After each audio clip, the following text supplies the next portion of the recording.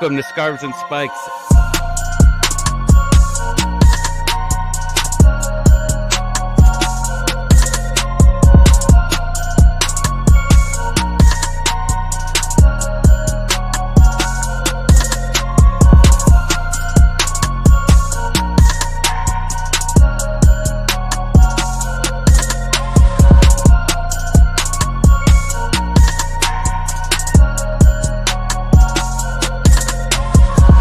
Hello to all the Atlanta United fans. My name is Jurgen Damm, and you are watching Scarves and Spike, an Atlanta United podcast.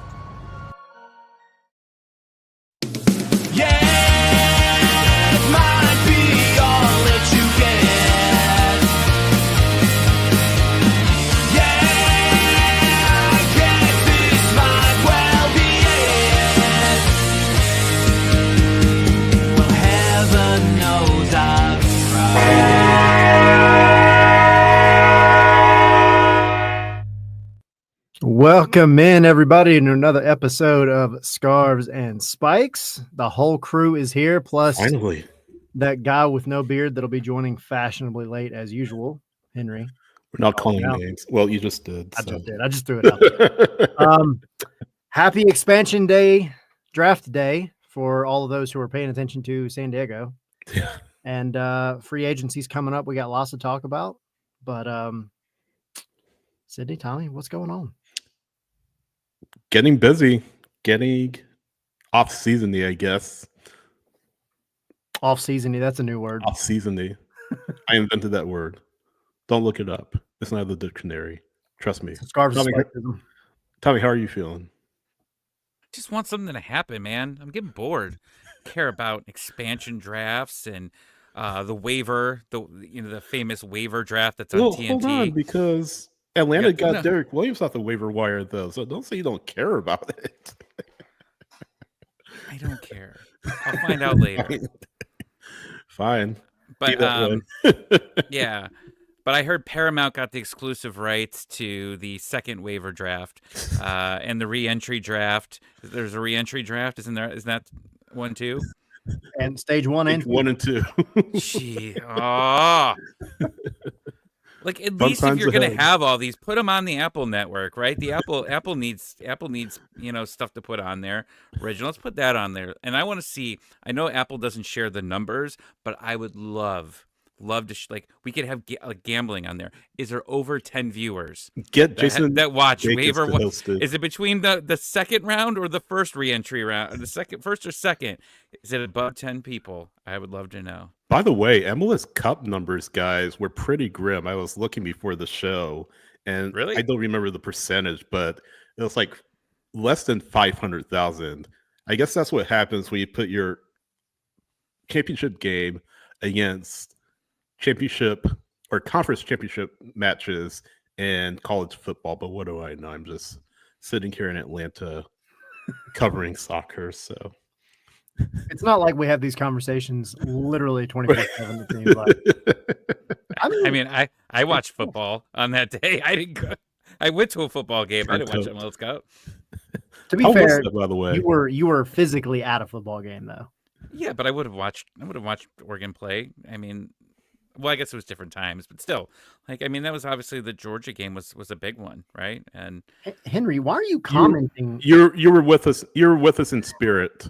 I showed up for a Saturday. Well, soon as I left the watch along with you guys, I got in the elevator and I look at it. It was like a goal, and then I get another response back from my friend Bednar. He's like, another goal, and I'm like, what? Yeah. And then there's another one. That's what you get for not watching. Yeah, right. And then it seemed like after that, it was just boring. Well, You're boring. Don't make fun of MLS Cup. I feel like Jerry Springer right here in the middle. Fight.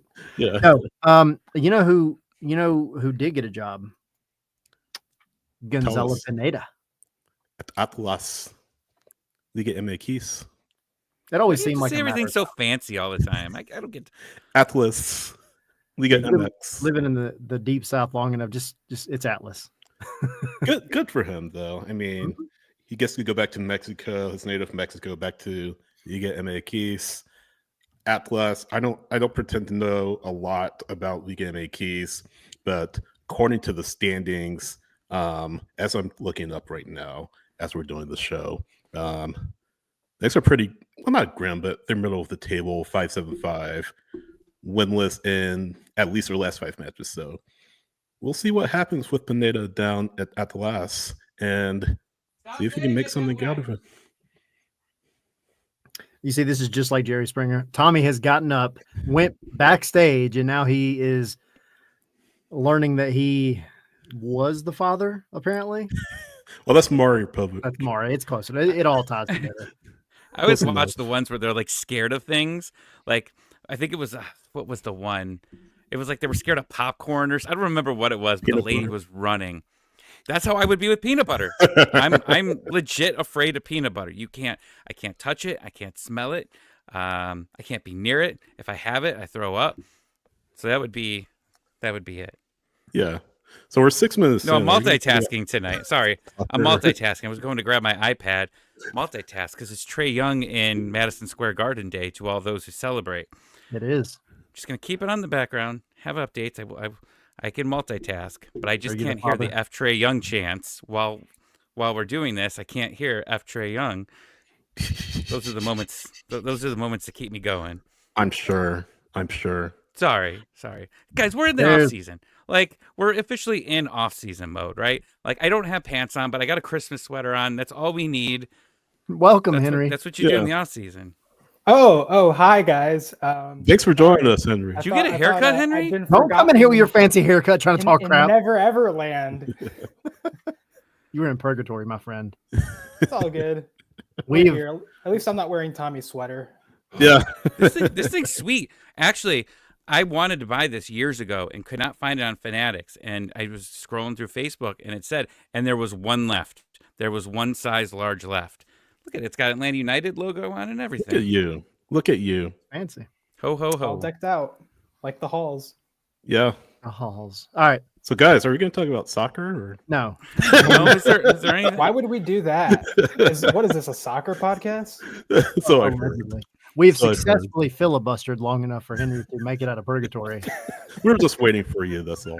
Cool. Oh, I do have breaking news. What is it? Well, kind of.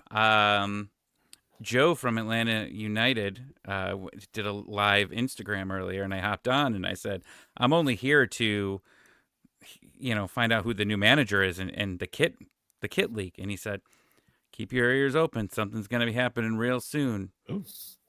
I mean, he might just be saying, F off, Tommy, get off my stream and stop asking me for things I can't give you. But he did say, keep your eyes open. So I'm not falling asleep this entire podcast. Stay awake. I'm trying. All right. So this episode, as y'all can probably already tell, is going to be a little bit of a free-for-all. Wait till the holiday episode next week. It's going to be even worse. It's going to be even worse. Everybody's I'm treating it as a holiday Christmas party. Holiday Christmas ale and whatever else. Real quick, pay the bills. Go to scarfsandspikes.com. We've got all the articles, news coming out.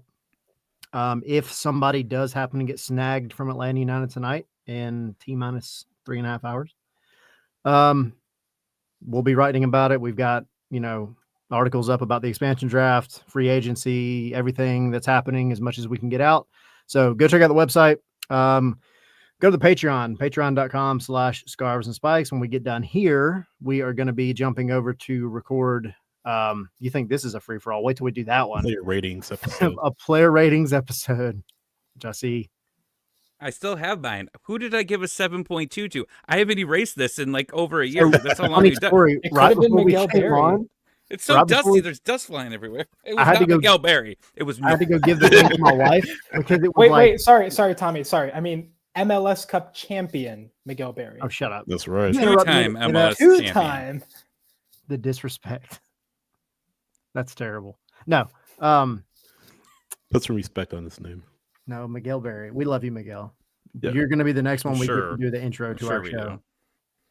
As much crap as you talked about the current guy that did the intro to our show, you think you're not going to go like a year from now and get Miguel Berry to go, welcome to Scarves and Spikes, an Atlanta United podcast. Well, that's when your career goes all the way down, and you need And you need cameo money, right? We should have a cameo. Nobody wants us to We can say run anything. paper. Mike Conti's got a These cameo. guys. I was on actually the, going on to the pay for. battered herons or something. Speaking of battered herons, I am up for an award tonight as worst guest of the year. 2-time award winner, possibly. I'm so proud of you, Tommy. Just You're saying, an inspiration. worst guest. Hey, if we have worst host on this show, the sweater says it. The sweater says it all. The sweater Locked says it all. in. Locked in. No, Patreon, go join Patreon, get in the Discord. We'll be doing that. Play ratings after this. It'll be fun. And my wife is literally actively trying to clean off my dry erase board for the same exact reason that you have yours stuck on there, because I tried to erase it and it's like on there permanently. Yeah. So no, we'll be doing that. You'll go to the store, get you a mug, get you a hoodie. Now that the temperature in Atlanta is dropping rapidly again. Yes, it is. Yeah, you'll go get you some merch, get your beer glass. Or a coffee mug. Or a coffee mug. It's very good this time of year. So I hear. With that being said, how do y'all want to do this? I don't even know what we're doing. Did I miss the text today? What are we doing? No. We talking have about expansion draft. We have to talk about the expansion draft agents. and free agency. So I'll say this, by the way. We're probably going to edit the expansion draft talk out but tomorrow morning, when people are listening to the audio version, the expansion draft will already happen. And Well, thankfully, we have people watching live conversation. right Exactly. now. that We wanna can do hear live about- reactions. Yeah. Well, For- if a if freaking nobody expansion draft gets wasn't until nobody gets 2:30. drafted. Do you want someone drafted? Like, would you prefer that? Like, because I mean, we've seen who's left open here. Do you want them to take a player? Like, just get them off the books for us. I mean, I think kind of as a consensus, we've come to, if anyone gets taken, hopefully it's Luis Abram. I mean, I think he would be the one that Atlanta United would most want to be drafted, just because of the contract that he's on. The salary is very disproportionate to his role on the team. He's not a starter, and he's getting paid almost like $900,000. So if you can get that contract off the books, that's pretty good. And also, by the way, I think you would get 50,000 GAM for him. So Yeah. Atlanta would actually end up benefiting a lot from Abram getting drafted. Now, the thing is, I really don't think he's going to get drafted, precisely because expansion drafts, as many other people in MLS circles have said, are all about value. And literally the whole reason Atlanta left him open is because that contract just doesn't generate as much value as it should. So I really doubt San Diego draft him. Oh, also because apparently they traded for Andres Reyes from Red Bulls. I don't see Abram fitting in over there. So yeah, and full disclosure, I do not expect any Atlanta United players to be drafted. Yeah, look at it this way about Abram, right? I mean, you mentioned the contract. That in and of itself is going to spook San Diego from drafting in the first place. I mean, they're not going to take that by their own volition. I think the more reasonable expectation for Abram is for him to be sold. We saw some buzz around Peru. Maybe a club in Peru want him, are willing to take him off Atlanta's hands. But I feel like they kind of telegraphed that Atlanta are looking to move in the new direction with Luis Abram simply because of that contract. And I don't think he should have been paid that much in the first place, to be honest. But as you said, Henry, that contract he has is definitely disproportionate to the level of play and the amount of play he's gotten. So I think that definitely is a signal of intent that Abram may not be in the plans of whoever is manager in 2025. Now, could be a world where Ronald Hernandez gets picked or Shande Silva gets picked, which gives you a little more opportunities in free agency. We'll talk about that in a little bit, but I think it's very unlikely to see Abram picked, but I do think we'll see him possibly transferred out of Atlanta United sooner rather than later. Abram, I know there was the rumor of interest from I think like Peru or something for him, but in case there isn't actually enough interest in him, I wouldn't be surprised if he's a buyout candidate. That's a lot. Big buyout. But, I know. I mean, that's why it's there. That's why it's there. You need to get someone off. I mean, I think to me, that was a horrible way to phrase it. I'm sorry. I think to me,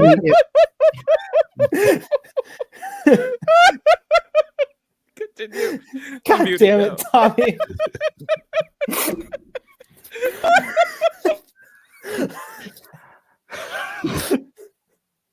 here we are. Can we end the live stream? Can we told y'all this is going to be a lot of fun. Can we edit something out of a live stream? Nope. It's out there in the universe for all to see No. now, Henry. That along with your new haircut. Appreciate it. Good job, Henry. No. So I think this kind of ties into King Peach's comment. Why was Mosquera protected? Silva and Mosquera, I think Mosquera wasn't protected, I think, because there's a little bit of smoke around Edwin Mosquera down in Colombia. And that's not to say he'll get picked up, but there's interest. So I think it's one of those where you're okay hanging on to him because he was always going to be a depth piece anyway. But if he gets picked up and you make something off of him, then great. It's pretty clear, too, along with that, with Silva not being protected and coupled with the comments that Garth made in the press conference, what was that, a week ago, 2 weeks ago? They're looking really heavily at that left wing spot. And I think, yes, that's probably going to be one of your DP spots, but I also think you're probably going to see depth added there as well. Does it have to be a DP slot, though? I mean, several free agents out there that Atlanta United, and not to get to free agency since we're talking about the expansion draft, but maybe several free agents out there that could fill the bill for Atlanta United. There's one particularly I'm thinking of, and I won't talk about it right now. I'll save it for a little bit, but I don't know if you have to do a DP slot there. Definitely look for it as a striker role. That's just my 2 cents. Yeah. I mean, yeah, you more than likely are having one of your DP slots is going to be a striker, more than likely. I think the other logical position would be on the wings. And I mean, if you're going to have Saba on the right wing, then logically the left wing has been kind of suspect all season, right? So I think that's the position probably where it makes the most sense in the attack. I mean, you already have your attacking midfielder. That's going to be Moranchuk for sure. To me, it just makes sense for it to be the left wing. Now, without a doubt, I think you have to invest in the left wing spot, whether it is a DP, whether it is, a TAM or whatever. You need depth even because, Tyler Wolf is now gone. If Edwin Mosquera ends up leaving or Xande Silva ends up being picked up or sold or whatever, then, you're going to need some backup. I have the depth chart. I know we showed it on the episode, I think a couple of weeks ago when the roster decisions were released. Right. And that left wing spot has 2 people on it. And it's Xande Silva and Luke Brennan. Or Luke Brennan might be on the other side. Need some help there. you still need some reinforcement there. So either way, you need to work on that spot in the offseason. Yeah. And again, like I said, it doesn't have to be a DP slot. They'll use it in the attack, but I don't know if they use it on the left wing specifically. That being said, if they don't find anyone that's maybe worthy of a contract in the free agent world, definitely that will be a DP slot. Gray saying in the chat, is there a scenario where Miranchuk gets moved to the wing or to the second striker to bring another DP10? No, I don't think so. I think they've already made the investment in Miranchuk to be a number 10, and I don't think Garth would reverse course just like that and say, I'm just going to wash my hands of Miranchuk. I mean, he's been here half a year, right? So, it's not. Twitter says we should cut him. So, well, let's not go that far. But long story short, I don't think that will happen. I think they will still give Miranchuk. I think he needs to pick things up certainly in full year one, I should say. But yeah, I don't know if that will happen. I think if you look at Miranchuk and they can use him the same way or similarly to how they've used Saba, which is he's going to give you the verticality of a winger, but he's going to cut inside. And at times he's going to be right there in the top of the box, trying to help out. Is that where he's going to play primarily? No, he's going to come in from the outside. But I mean, with Miranchuk being a naturally left-footed guy, and he's not the one scoring the golazos, even though he can and has already, he's the assist guy with that left foot. At least that's kind of like what you saw from the highlight reels before he got here. And I think you kind of see that as he's played.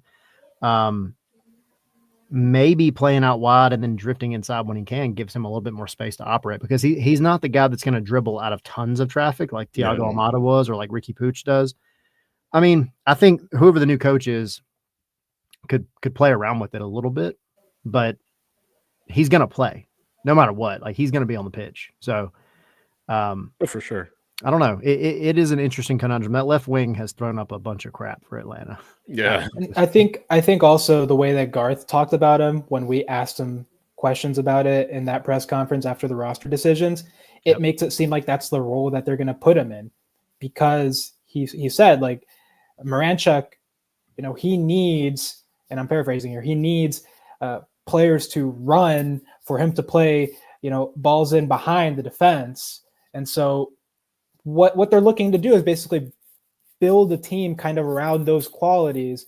And so they're looking for players effectively, not just a striker, but potentially also the wingers, to be those quick, pacey players that can get behind, take on, fullbacks, and really make use of Miranchuk's passing ability.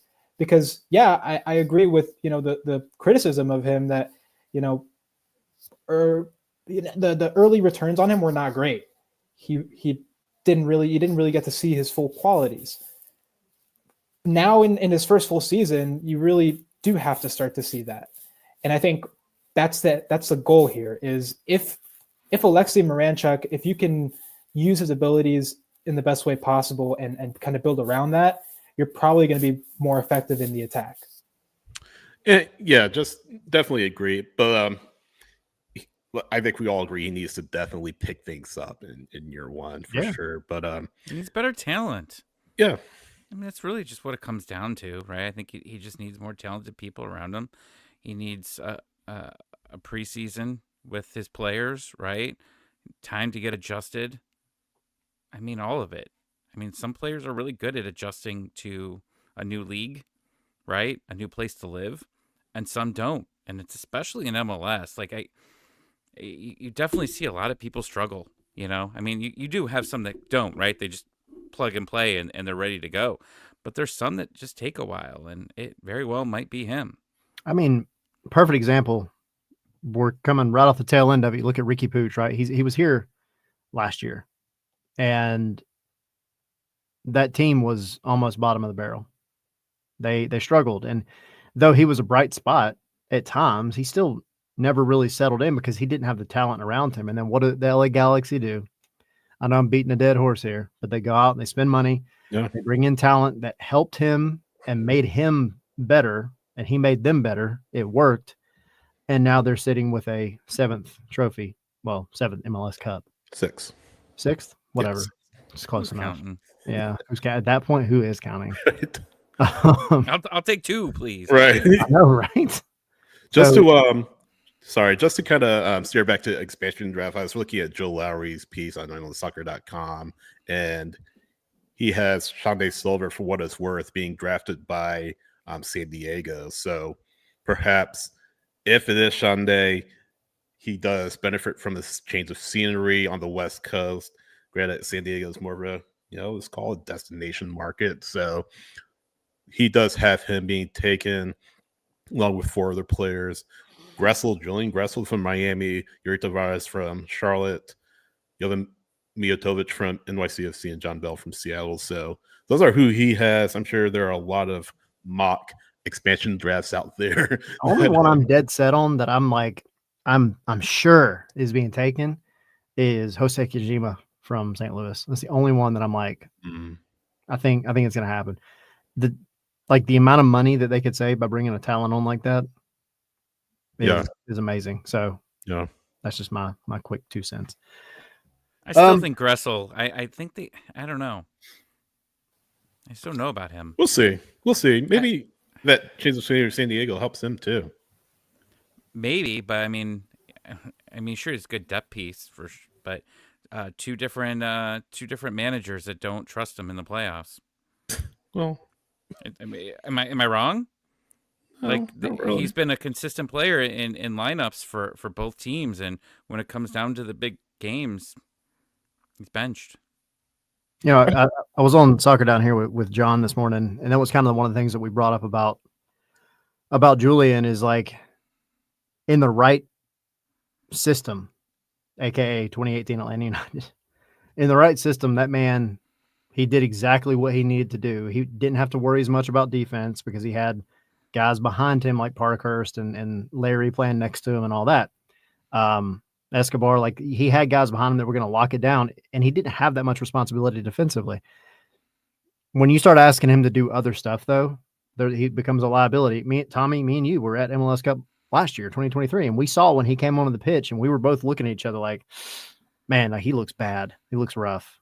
So, I mean, I think he's great. He's a great attacking player, but it's just he's very nuanced, I think. So I hate to say that he's going to be one of those players that continues to get bounced around MLS, but I think that's what's going to happen. It's unfortunate, but I hope that wherever he ends up, he latches on and has a good run. He probably past his prime, unfortunately.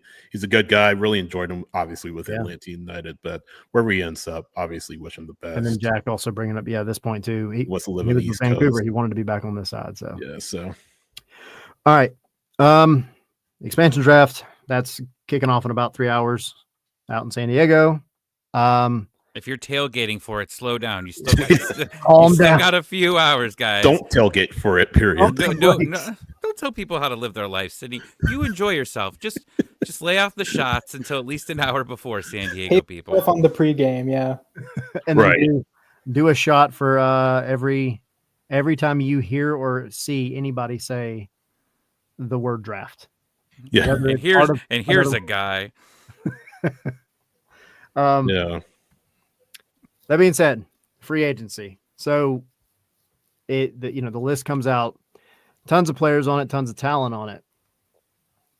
We had kind of mentioned like, pick out some players, that you're thinking Atlanta could be interested in it. But Sydney, you wrote the article today.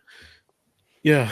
I'll let you kick it off. No, so I wrote it on scarsandspikes.com. Feel free to go there if you want to take a look at it.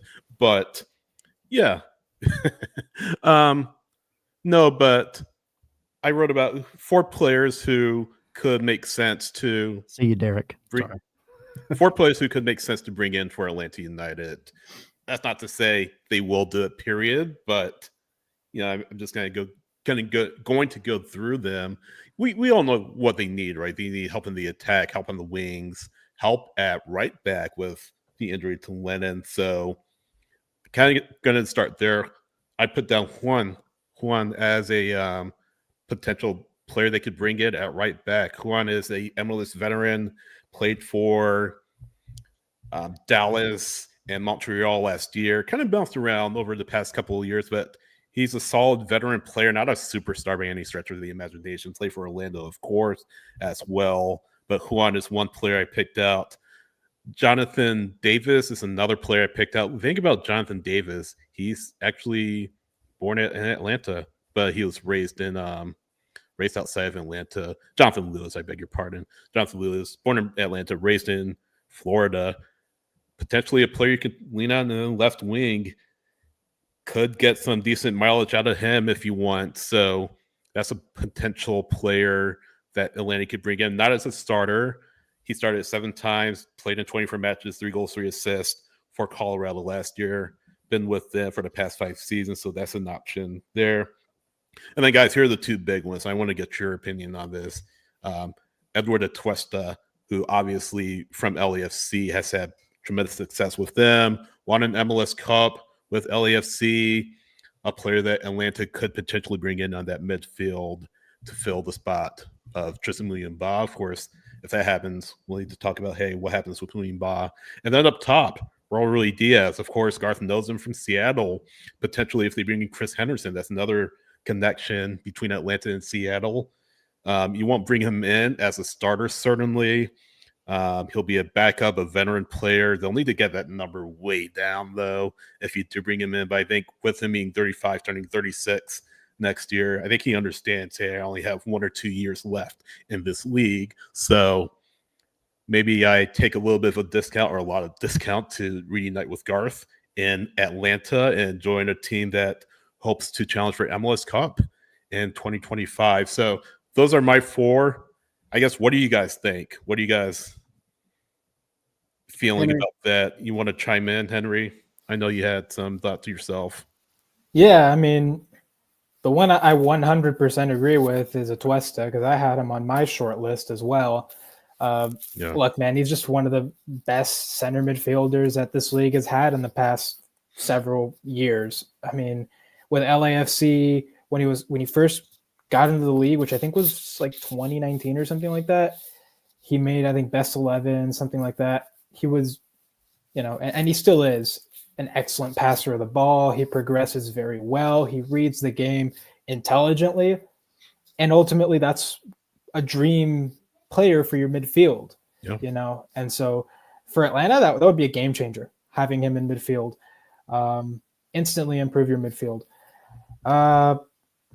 In terms of like everyone else, I could definitely see it. The only one I really don't see as much is Raul Ruidiaz.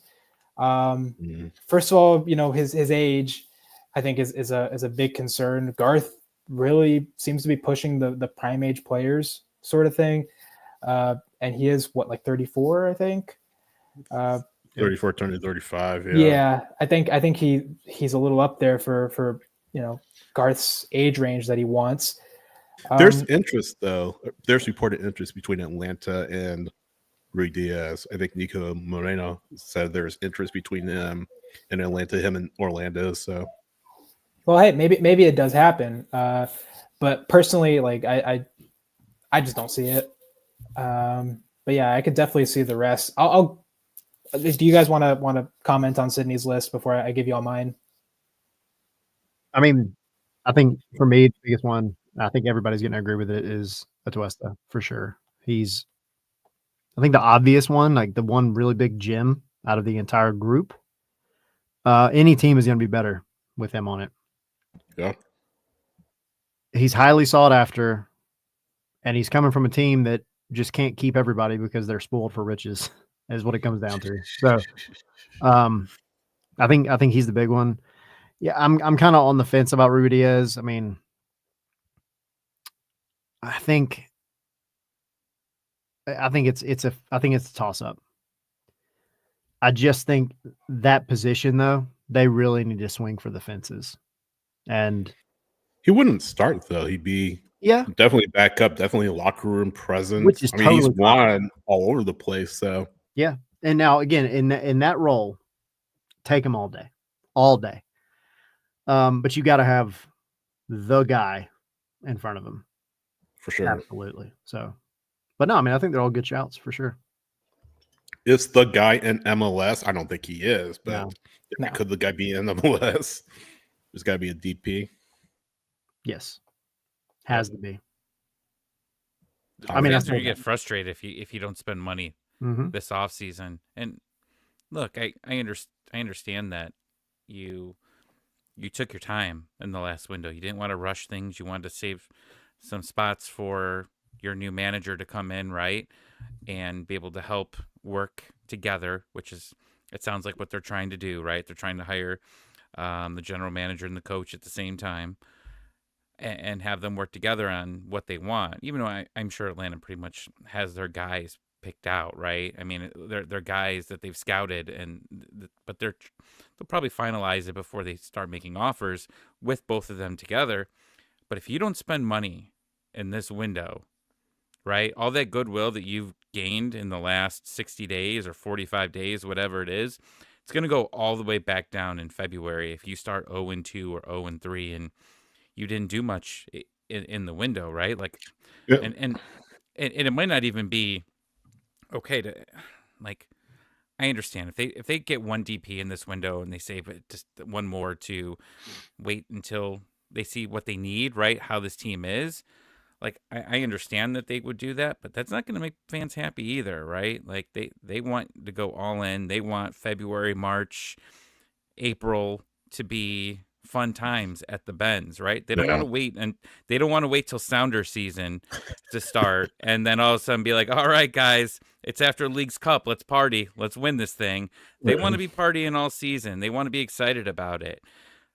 And again, we've been saying this now for a long time. There's going to be a lot of spots open here to be able to, that you're going to have to fill here. So that's why I think everyone's freaking out, including some of us on here, because the list hasn't gotten shorter, right? I know we haven't been out that long, but I was hoping at least one checkbox for Christmas would be nice. I know we're 2 weeks, but my wife does St. Nick. I would have loved to find a general manager in my shoes, right? And in one of these days. That's a but there was weird no thing to say. or no coach. I mean, Let you're me talking about this, about weird things to say, Henry? So let me jump in. Rewind the tape. Sure. You're talking about DPs, but as far as the free agent market too, I mean, you need guys on that to come in and really help your team. And I think Atlanta, we could talk about, the biggest free agent, the last really big free agent signing they did was at the end, and that was a massive flop. If you're Good at Garth Lager, the time. good at the time, it looked good on paper, but it just was a disaster really from day one. You have to still look at these free agents and say, okay, what makes sense for our team, right? You don't want to just add players for the sake of adding players.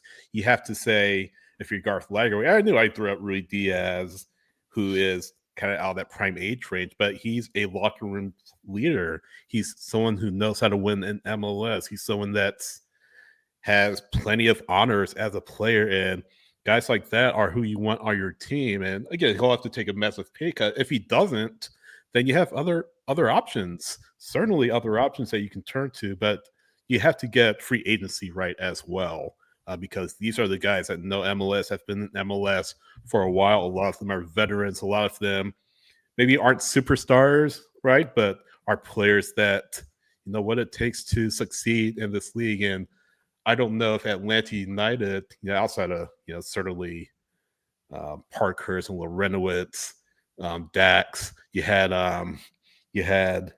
Ozzy Alonso in here as well. You had some of those guys who knew the league, veterans who knew the league. Ali Bedoya, do you make a play for Ali Bedoya, or do you kind of pursue that if Jim Curtin becomes a head coach here? I feel like you have to, but you have to get the little things, quote unquote, right, and definitely go for the fences if you're looking for DPs, but definitely make sure that you bring in free agents that can elevate your team. And they don't need to be the sexiest names, the biggest names, but guys that can get the job done. Yeah, Jeff Lorenowitz, not the sexiest player there, but obviously helpful, right? And you get these guys in right away, right? I mean, they have their visas, they know the league, right? They can help others.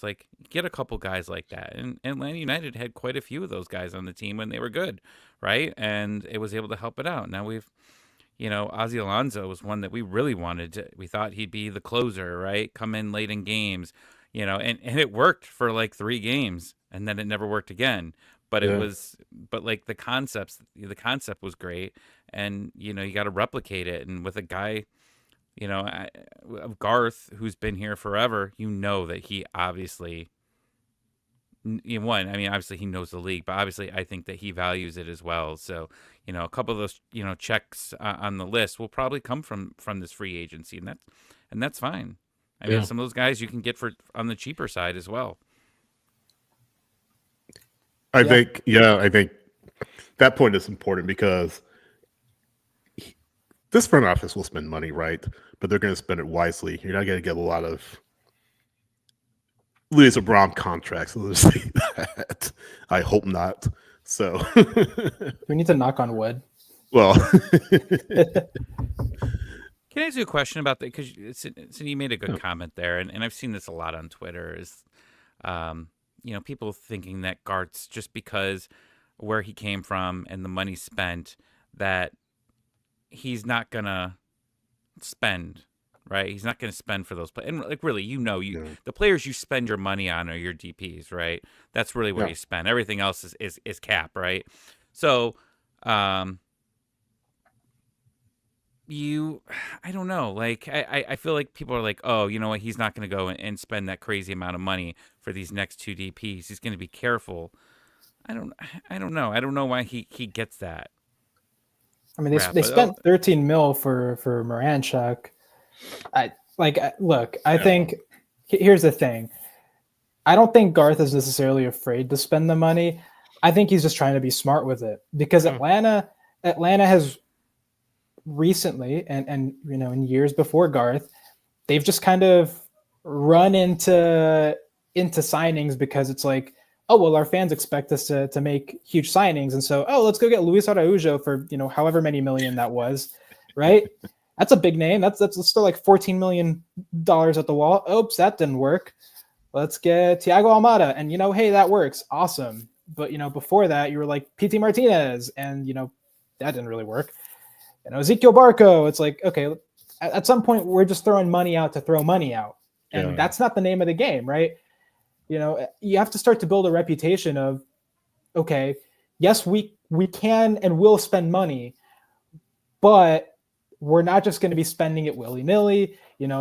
We're trying to be smart here. And I think that ultimately was part of why a second DP wasn't signed in the summer, even though we had the impression that one would be, right? I know the name, Bergwijn was floated out there. I know you had, Elder Shamuradov, something like that. Yeah, sure. At the end of the day, it's like, okay, well, Atlanta can undoubtedly absolutely spend the money and get those players.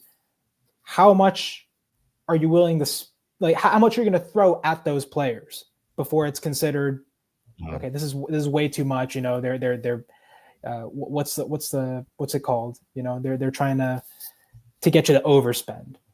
Garth isn't going to do that either, because keep in mind, at the end of the day, the transfer fee is also like amortized into the player's salary and their guaranteed comp when that comes to be a thing. So if you have a huge transfer fee that just doesn't make sense, that's part of that as well. Just because you can doesn't mean you should spend a lot of money. Exactly. I think that's exactly what this front office got into trouble for when Jerry Niels was here, and by extension Carlos Bocanegra was here, just chasing the biggest name they could, and they're hoping to make a return off of it. Now the problem is, we saw it with PT, we saw it with Aruju. If those guys flame out, you're losing money, right? You got to be smart. It's not how much money you spend, it's how you spend it. And I think Garth Lagerwey has demonstrated to an extent, jury's still out on Miranchuk, right? But to an extent, you look at Seattle, his biggest transfer, right, was Rui Diaz. And I want to say like $7 million. Look what he's done. He also wants guys that want to stay here. You're not going to get Marco Royce signings. You're not going to get Paul Pogba signings for a number of reasons, but especially because he's not going to be here long, maybe a couple of years. He's going to sell a lot of tickets, maybe, presumably, but it's flash in the pan. It's big names, etc. You're not going to see a lot of huge names under Garth Lagerwey. You're going to see players that are effective, players that can get the job done, and as he says all the time, players that will be here a while. I think we can talk all day about Gigi, how he left, but he wants players that can be here from the long haul, 5, 6, 7 years in MLS. Rui Diaz, I'm sure, could have left numerous times for another bigger league, but he chose to stay here. The front office had his commitment. He trusted the front office. He trusted the league. He trusted the system and has wanted this league. I can't bring that name up, but that's kind of the case study. Jordan Morris, same thing. Granted, he's born and raised in Seattle. That's his hometown team. I'm sure he could have left numerous times. He stayed. He had the trust of the front office. Front office trusted him. He's won. He's been successful there. So those kinds of players are who Garth Lagerwey wants, not necessarily Bergwijn, not necessarily big names like that. He wants to create big names, right? He wants to create big names, certainly in MLS, certainly in this hemisphere. And it may take a little it's taken a little bit. They said, you know what? I'm not going to move for the sake of moving. I'm going to be patient. I'm going to maybe make some people angry by how patient I am. And you started to see that just a little bit. It's like these fans, like, what's going on? Why haven't you heard anything? He warned us, didn't Yeah, he? When he first got here, he's like, y'all are going to think I'm exactly. not doing anything. Like, that's what he said. And so, no, I definitely do think he knows what he's doing. I definitely think there's a plan in the works. And just because we haven't heard anything doesn't necessarily mean that, nothing's being done, is what I'm saying. Yeah. But did he say was that quote because he was going to take his time and watch and see what was running with this team? Like, I guess what did he mean with No, when he said that? I mean, he said that just in general. That's just how he is. Signings and stuff, like the decisions, like, he wasn't going to, the overall message, I think, was like, he's not going to rush into things necessarily. And honestly, I'm fine with that, because I'd rather them deliberate over these things and, be careful and decide at the end, yeah, this is the guy, this is the way to go, and not just like, ooh, this is the first guy available, let's get him. Because at the end of the day, and Garth is about the analytics, and Garth is about, he talks about all of these different things. And at the end of the day, you got to trust that he knows what he's doing. He's done it at 2 other clubs before. He can definitely make it happen here, where you have more resources than you had at the other 2 clubs. Here's the question real quick that some fans are asking, though. Sorry to interrupt. Is Garth kind of overplaying his hand? Is he trying to do the same thing he did at RSL in Seattle, hoping that it's going to work in Atlanta in 2025 and beyond? Or is he slow to adjust to quote-unquote MLS of the day? And that's some of the criticism that he's got. I think the jury's still out. I don't think he's been here long enough to make that judgment. But some fans are thinking, hey, he's trying to do the same thing he did in RSL in Seattle, win with prime age players, age 24 to 29, who can be here for the long haul. There's credence to that. I think that can work. We haven't seen the full scope of that yet with Atlanta. I think we will in this window. But there's some whispers that he's just trying to take a page out of, okay, this worked at RSL, this worked at Seattle, even though it's MLS 3.0, 4.0, whatever, it's going to automatically work.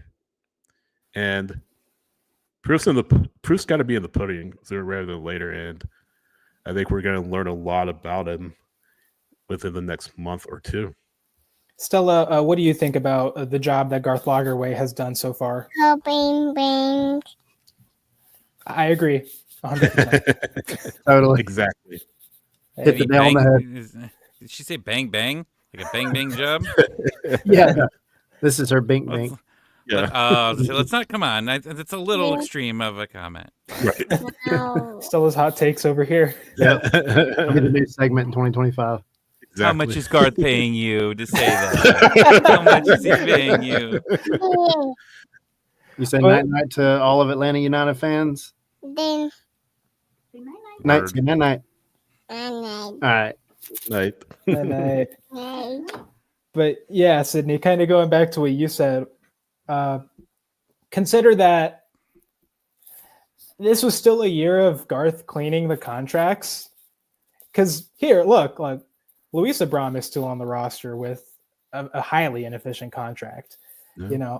You've just finished kind of cleaning out some of, you got Etienne out, you got, you're trying to get the U22 situation fixed, which even though he did say, it wouldn't be a focus, that doesn't mean that they're not going to want to use U22 players, because he admitted, those are valuable spots where you do invest in potential. And so you do kind of want to start, and he's been trying to get Sosa and Ibarra kind of moved on to open up those spots for at least a year now. And it looks like that's finally going to happen. So, yeah, I think we got to wait and see. I think this has to be the year, though, because of all of the changes that are happening. and all of the influence that he has at this point. Going back real quick to the U22, though, I feel like he's kind of leaning toward using American talent in those spots. I feel like U22s are not going to be at all a priority. I mean, he'll have them, but he said, I want to use Maybe. those. Yeah, he said, I want to use those primarily for American talent. I don't think you're going to see what other teams are doing with U22s, but you can tell he's not a huge fan of them, as other teams are. So I think that's going to really so fans expecting a big name to come in on a U22 contract. It's not going to happen. It's just not how he sees U22s. Maybe Why not? again, well, that's what he said, because No, I think get you it, said, but I like, think you've why? said it yourself. He said numerous times, they're like lottery tickets. They can work or they can't work, and I just don't think he's gonna make a move toward bringing a significant name on a U22 contract, for the simple reason that it could just flame out and not work. So we're seeing in the chat is for cap benefits. I think he understands that, but at the same time, I feel like he just wants to be very cautious around who he brings in on a U22. That's not to say he won't use them. It's just not going to be a big time player, I would think. I could be wrong, but it just sounds like, from what he said, it doesn't sound like that's the case. I mean, I agree with you. That's exactly what it sounds like. But I feel like there's probably some middle there, right? I feel like we've almost got Oh, two yeah, for sure. extremes. Like we've got, okay, we probably won't be using this much at all, and then you had the old regime that was like, how do we set the record for most U22s on the roster at one time, right? How do we figure that out? How do we get 4? Like there's got to be somewhere in Yeah. between there, because I mean, I know you have to declare, your DPs and your U22s, but I mean, at least getting one lottery ticket there, right? Like, I feel like you look at some teams, right, and what they spend and what they don't, and more than what the teams don't spend, and you can afford to take a hit and miss, right, on this, like, long as it's not a ridiculous contract, like long term, right? Like sign guy to an 8-year. I mean, I think sometimes it is worth taking that hit, right? And look, I mean, Arthur Blank is money, right? He prints money every day, and then he just opens up the roof at the Benz and it just flies out. And goes, oh, there it goes. But he knows how sports works, right? And you got to spend and you got to take opportunities here, and that's what those are for, opportunities. And with the scouting and analytics that this team has improved on, I feel like it's a much better hit than just saying, hey, Heinze, who do you want at the U22 spot? You just pick whoever you want. Give me the list and I'll go shopping. Like, I feel like they can go out and find players that are better suited for it, right? Now, maybe there's not as much data on these players as probably what Garth wants, but if there's a guy out there and you think it's worth a hit on it, go for it. And we'll see. Like, because I've seen that, Sydney. You're right. Like, people are freaking out about it too. Like, going, oh, they're just going to put, our second contract, all those people on there, and that's our U22s. I don't think that I don't think that they're just going to stick to that. I think they're going to eventually get one, but I think it'd be a little disappointing if they didn't go out and get someone out on that spot. Just someone to look forward to be able to see depth. Yeah. So I kind of wanted to steer the conversation back to the free agents. And I did want to share with y'all I was about to, so my carry on. list. we went a little off the. It's all good though, because it's Welcome all to valid Scarves stuff. and But Spikes. it's a good Never go good off track. conversation to have though. I thought we would not have to be having this conversation at this point in the offseason. That's the thing. That's what's crazy. And I think that's where people are so frustrated, right? Like some kind of news, but it's just it's not happening yet. And it's coming soon. I do believe that. Yeah. But Every day we're closer.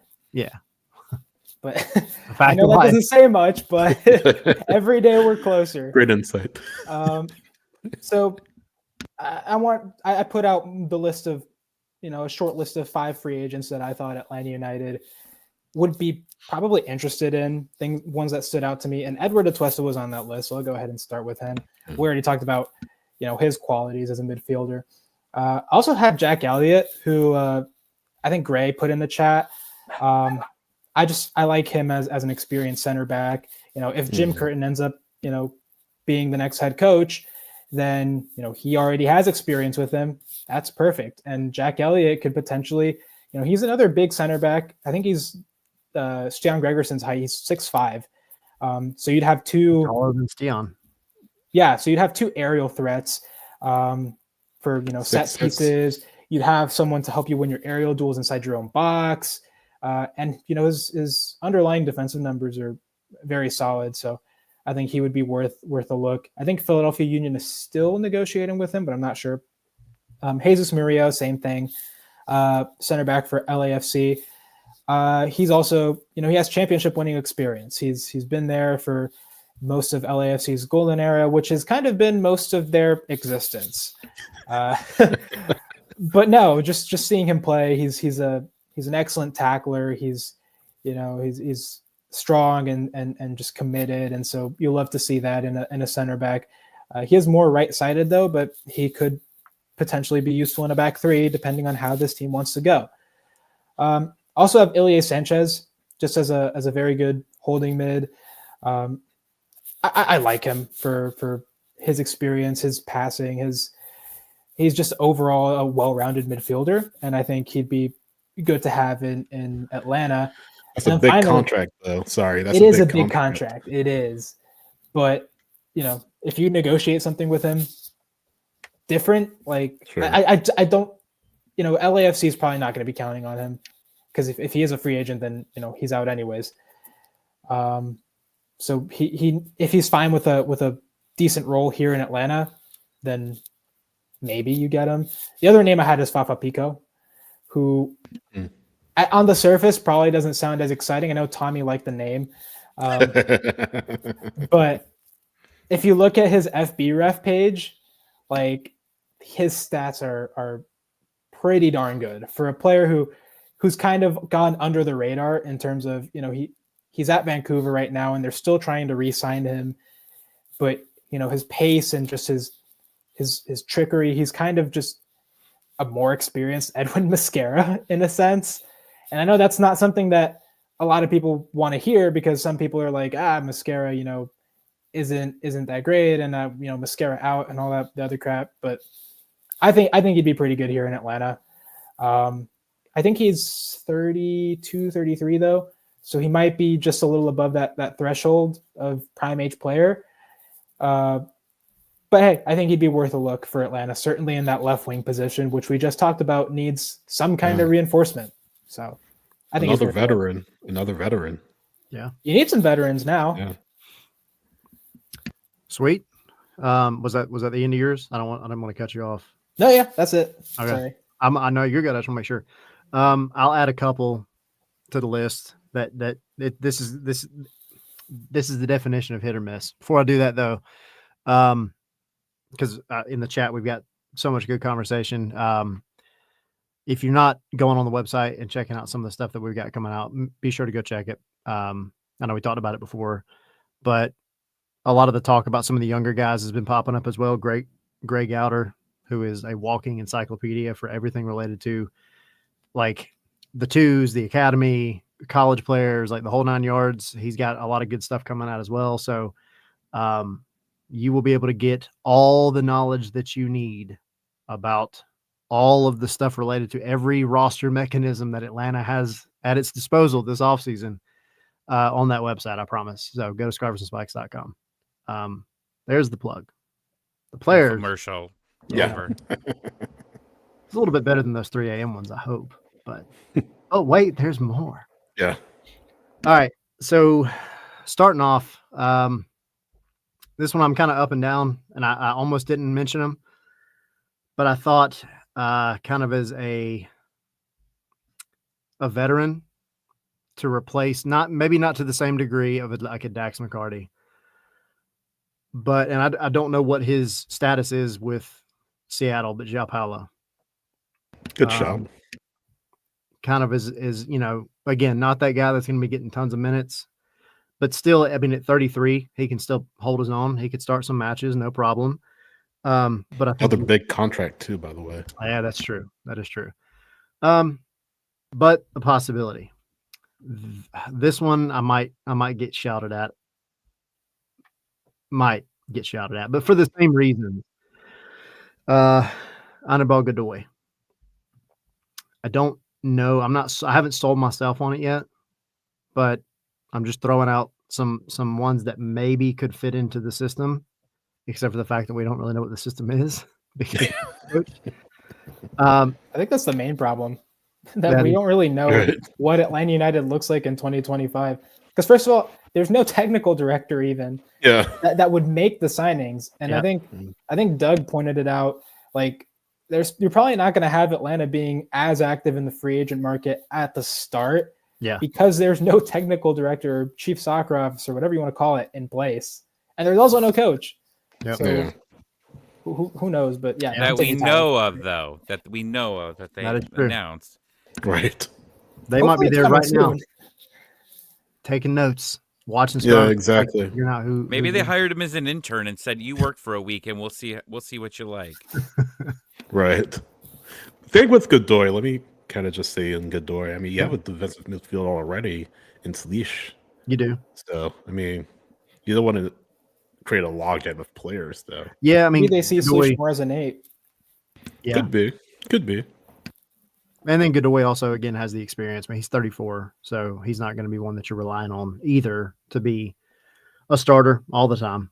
But my one that I kind of wanted to throw out there as an experiment, we talked about how bad off the left wing is.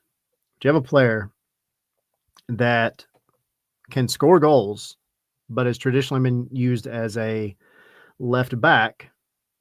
So it's not going to replace Pedro Amador, obviously, but it kind of kills two birds with one stone, because in a pinch, because you might, who knows, in 2.5 hours, you might be losing Ronald Hernandez. Probably not, but could.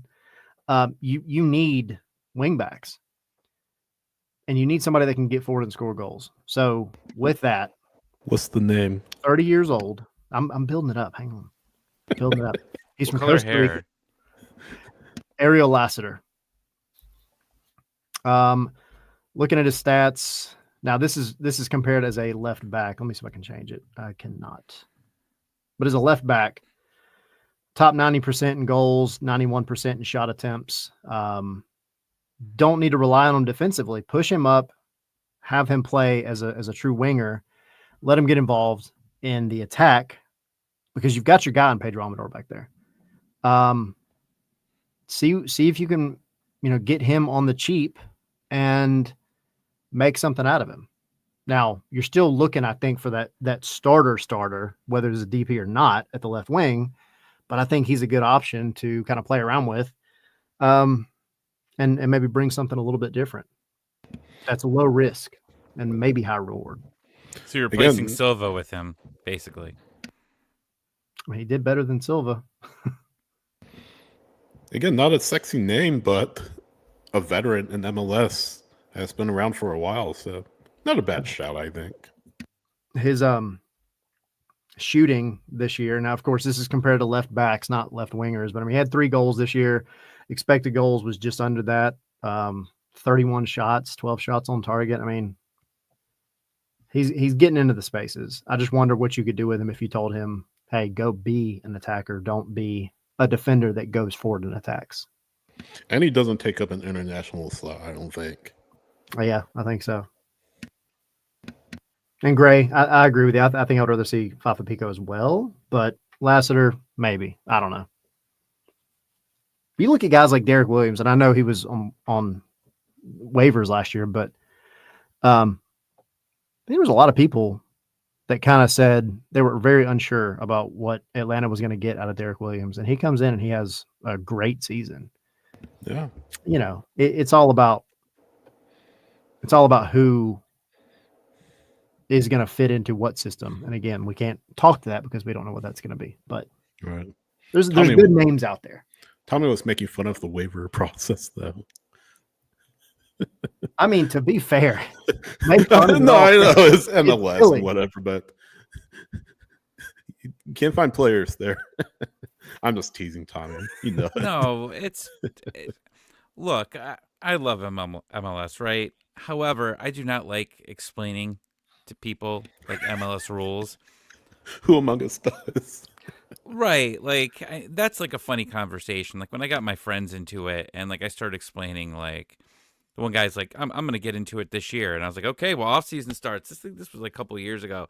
I'm like, "All right, well, we got the expansion draft. Oh, cool. Then we got this draft. What? And we got this. And then if they don't go through, then they go through the second round, and then you've got the super draft. What makes it super? We have no clue. We haven't seen it yet. There's been nothing super about this draft ever, Yeah. and like it just keeps going. This, and then it's like, okay, this is a lot. Right? Could you Yeah. imagine the NFL doing this? Now the NFL, you'd have draft parties, all of this.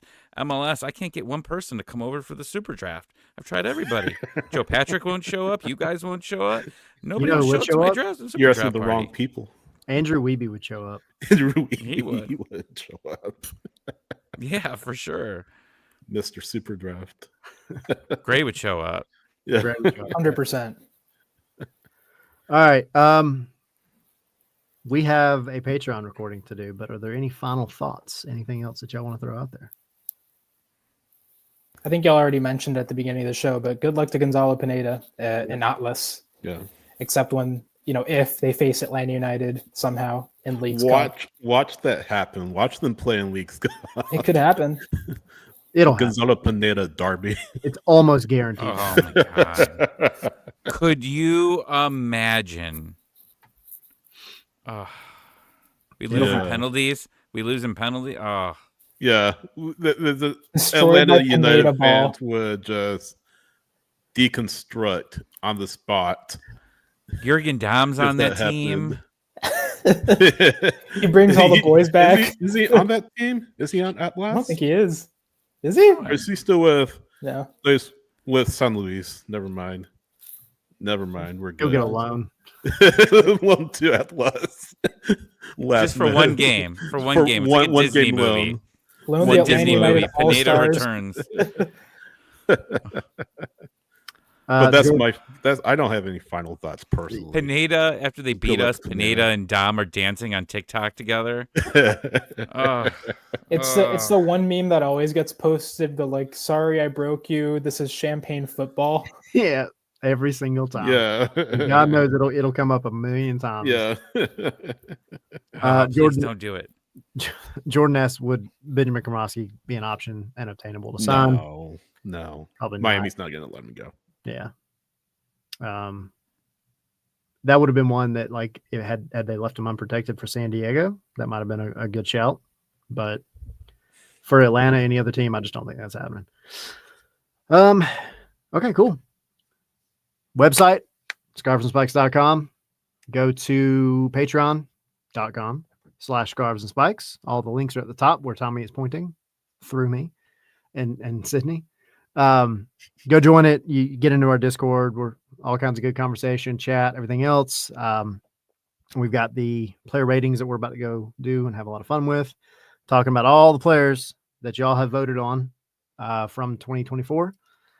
And go to the shop, get you guys some stuff. Oh, and also all the social media. And if you're here, you probably already have, but if you haven't, like and subscribe on YouTube. But we're on Blue Sky now. We're on, say it, Henry. Even though we haven't yet posted there, we are on TikTok. We're on TikTok. Yeah, Henry's taking dance classes, right? The TikTok dance I'm not. class. And he is going, anytime he there's got a a haircut. signing, right? We've worked this out. Anytime there's a signing, he's going to announce it on TikTok with a new dance. We've been working on this with them. No. It's slowly happening. Just so wait. keep an Just eye you on wait. TikTok. Just you wait. I've been looking And- at the Jurgen Damm TikTok for inspiration. I've been getting pointers. He's got more experience in that than me. Well, the thing that goes on with that is, you got to collab with them, right? That's what the kids talk about is the collab. So we'll if I throw him a little bit more cameo money, we don't know what he's capable of. We might make a flight to Atlanta just for this. Right? No Yeah. Yeah. So stay tuned. We're working on it. All right. Other than that, Y'all go. We have a survey out as well. Just trying to get y'all's opinions on everything that we're doing because we're trying to go into 2025 bigger and better in every way possible. So website, the shows, Patreon, the whole 9 yards. If you guys get a second, go to social media, fill it out super quick. And other than that, I do believe that is all. We will see y'all over on the Patreon. Come back for the holiday party. Yeah. Next week. Tommy will still be wearing that sweater. Oh, it's never coming off. I've got like 13 ugly Christmas sweaters right now. Man, that's a collection. Yeah, I just go through them anytime I'm out. I'm about to go watch National Lampoon after we finish this recording. 35 years ago today was the day that Really? he put. Hold on. That's a long time ago. Shut up, Henry. Before you were born, Henry. Anyway, Stop the banner. I have to say something real quick. Just stop it. Stop it. I know, Sydney. Just huff. What is it? Let me tell you about one of the best Christmas movies of all time, folks. I've made been a trying to get mistake. this. I've been trying to get this going for a while now, and I have homework for everybody here for the holiday party next week. I want everybody to watch Home Alone 3. Okay? Oh, Home Alone 3. no. You're the first person I've ever heard that says it's good. Yes. So everybody watch Home Alone 3 this week. It's on Disney Plus, right? Or Hulu. They're all the same now, which I don't understand why that's a thing. However, because like you could watch some dirty stuff on Disney Plus right now, like right? And okay, we're getting distracted. However, watch Home Alone 3, come back, give your reviews. If you want to come on the show, we're going to invite some people over to spread holiday cheer. But if you want to come on live to talk about your Home Alone 3 reviews, I don't care what Sydney says. You're coming on. You got a good review for Home Alone 3? You're showing up, huh? Because you're always sighing at all my ideas. Well, this is my idea. Home Alone 3 reviews. Next Wednesday, 7 o'clock, 6 p.m. Central, 5 apparently, p.m. Pacific. While you're on there, apparently they made so they have a fourth Home Alone, right? Uh-huh. But they also have another one where they basically remade the first one with totally different people. Did you know And it has Buzz in it. Wow. Who? Buzz is in the new one His that brother. just came out on Disney. Kevin's brother. Buzz, yeah, the Oh brother. no, that's the one that came out like 2 years ago. Oh, yeah. Yeah. No, and he's a police officer. Mm-hmm. Yeah, no, this is a different one. This is a totally different one. It's like the same people, but different actors. It's. I haven't watched it, but it's terrible.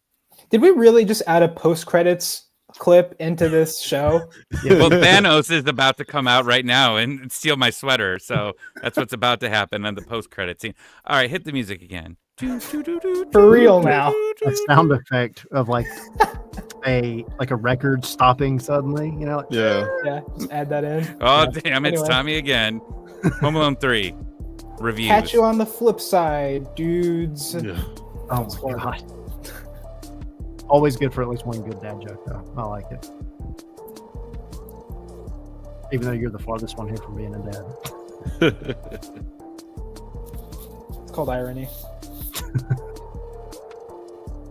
Go do your homework. Bye. People. Later.